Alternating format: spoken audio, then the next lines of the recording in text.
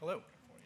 So my name is Richard Alston Choate, and I'm from the Institute for Orthodox Christian Studies at Cambridge.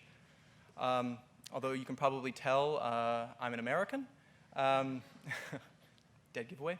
But nevertheless, part of the reason why I'm here, I think, is to be something of an embassy from the East, an Orthodox Christian in communion with Rome, to kind of give a presentation of Eastern Christianity and their perspectives on the meaning of human nature.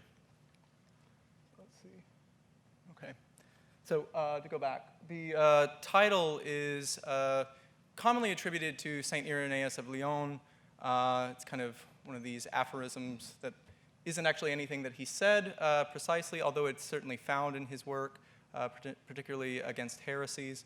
But it's actually from St. Gregory the Theologian, from his letter to Cladonius, the priest, against Apollinarianism. So what has not been assumed has not been healed or cannot be saved.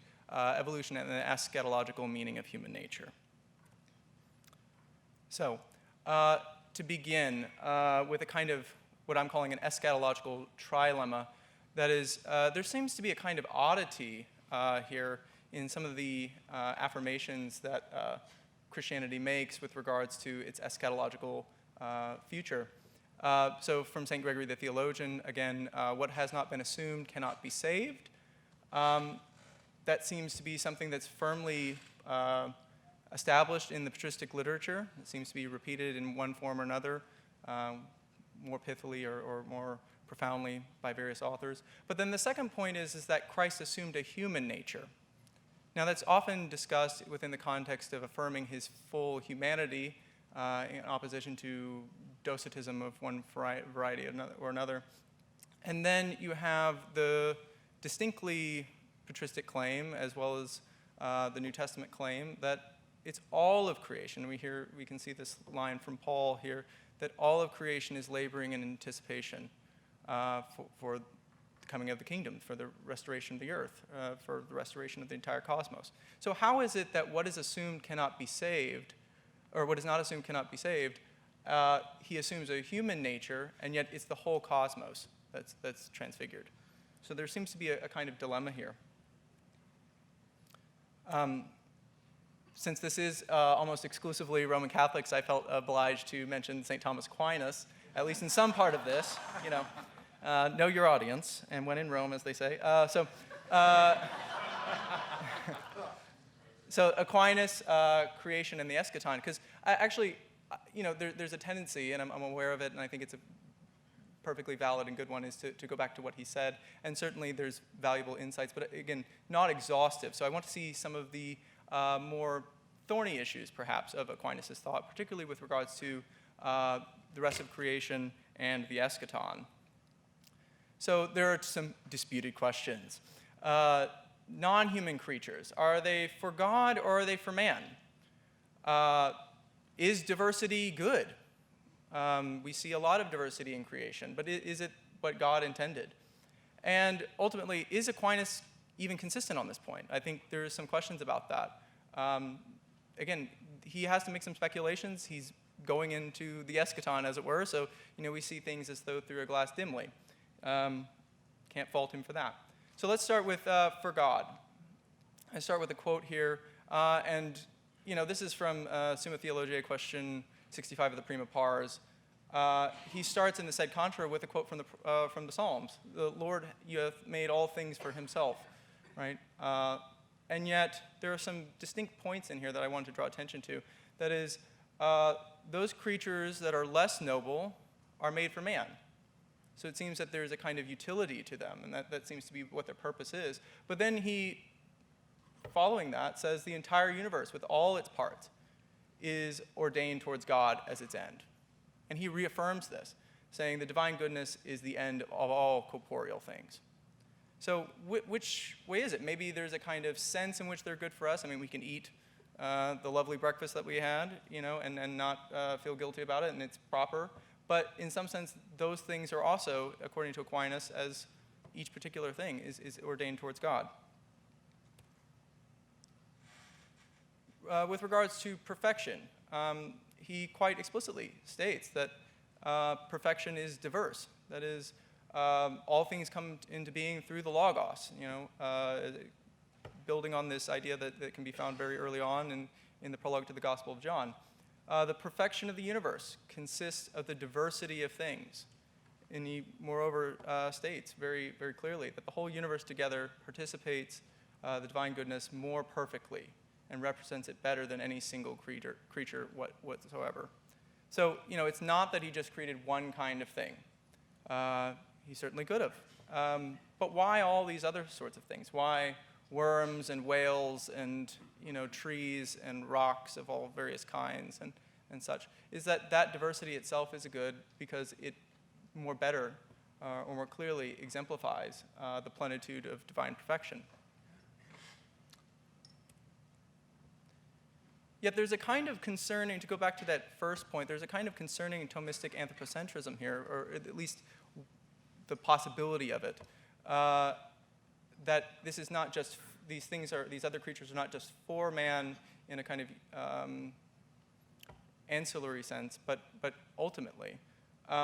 This is from the supplemental part to the third part of the Summa, where he says, neither plants nor animals ought to remain. So earlier in the supplemental part, he had addressed that there will be a restoration of the cosmos. There will be a restoration of the world. But somehow plants or animals do not have a part in that. And he even goes on to add to this that there's a twofold perfection of the universe. Plants and animals belong to its perfection according to the present state, which is very changeable, mutable, subject to generation and corruption, but not according to the state of its renewal. And so because they're not capable of that. Now this is odd for a couple of reasons, not only from the patristic sense in which you find both Irenaeus, particularly Book 5, Chapter 33 of Against Heresies, where he is talking about how great the wheat must be because the lions are eating it. It's so nutritious, it's even better. And you have Maximus, who I'll get to later, affirming that it's all of creation. So, this is one way out of the trilemma, so to speak, is that, okay, well, Christ assumes a human nature. What is not assumed cannot be saved, so it's only going to be human beings. One more odd point for Aquinas is that one of his favorite passages is Exodus 3, the burning bush. It didn't seem that the bush was obstructed from participating in the divine glory. In fact, it becomes the model in Eastern Christianity for the divinization of the entire cosmos. So from Aquinas' vision, welcome to the kingdom. This is not trying to be too harsh, but here we have Mars, the eschatological kingdom before us. So, I couldn't help but think of the psalm, he makes me lay down in green pastures by still waters, So this may be a feature, as others have brought out, also again, of the question of the transcendentality of beauty in Aquinas. This doesn't seem to be a very beautiful or sublime picture. And if it's downplayed in Aquinas, or if it's not as robust as it is in other authors, this might also explain why he comes to this conclusion. But that's not all. So I want to go actually to something that Father Joachim, I thought, brought out very, very clearly in his homily today, and it worked out perfectly. We're on a different calendar, so we'll actually be celebrating Pentecost sometime later. But the cosmic dimensions of Pentecost and the reality and relevance of persons to that, the metaphysics of persons, that's what I want to return to next. So particularly evolution, persons, and the scala naturae. So one of the concerns of the scala naturae is that this hierarchical organization will lead exactly to the kind of perhaps vicious anthropocentrism that we saw in those statements of Aquinas before. That this is a kind of supremacism for and utterly utilitarianizes nature. It just instrumentalizes it for our own good. And that, furthermore, it's against what we know from evolutionary biology. It's not just a progression from the simple to the complex. So shouldn't we just get rid of this notion altogether? But I think that there's a kind of misunderstanding here. So let's first clarify what we mean by the scala naturae and persons in that evolutionary framework.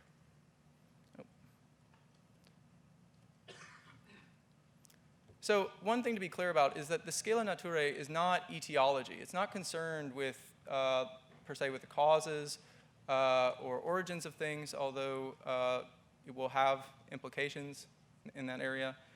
So the scala naturae is about powers, about the levels or order of being. Whereas evolution, if we take it as changes in allele frequency in populations across generations, then that is concerned with changes over time. So there is a kind of etiological concern there.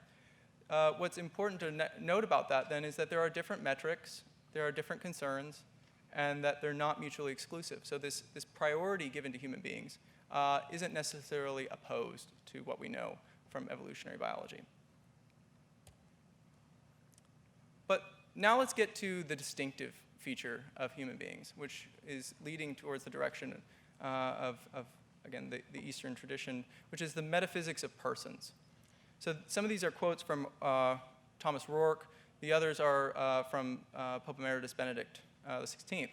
So, a person, he says, is the pure relation of being related, nothing else.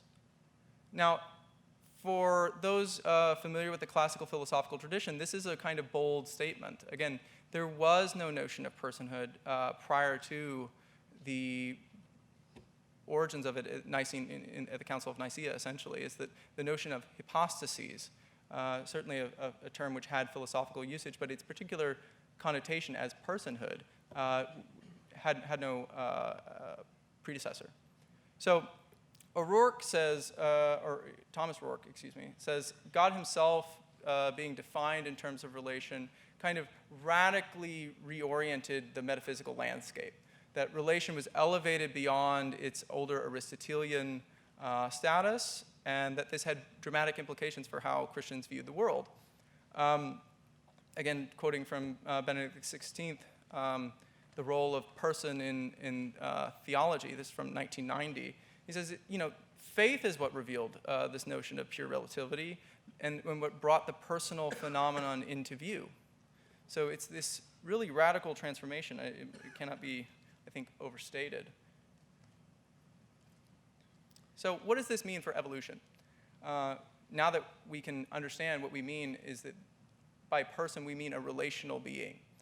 Well, humans are persons and thus relational beings is the first point, quite clearly, just to more or less define that term for us. But then humans evolved from non-human ancestors. Thus, by virtue of their personhood, that is, as relational beings, we're essentially related to our non-human ancestors. And thus, in other words, this casts that relational web backwards and in every direction across the whole of creation to which we're then related to.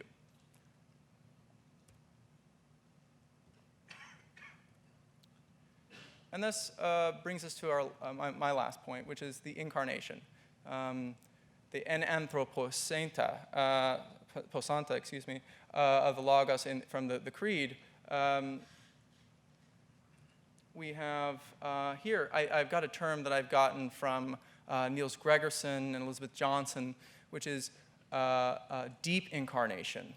They are very emphatic about this notion of deep incarnation, which I wouldn't overstate their position. They're not saying that this is entirely novel, but it does evoke a kind of Christology, which is not always so readily discussed, or at least commonly observed in contemporary Roman Catholic theology, which is that by becoming human, Christ assumed all of creation. So this is building on that notion of personhood. By becoming human while remaining a divine person, not a human person, Christ nevertheless assumed all of that creation. So we see from Maximus, the mystery of the Incarnation contains in itself the hidden meaning of all sensible and intelligible creation. So in that Incarnation is the fullness of that.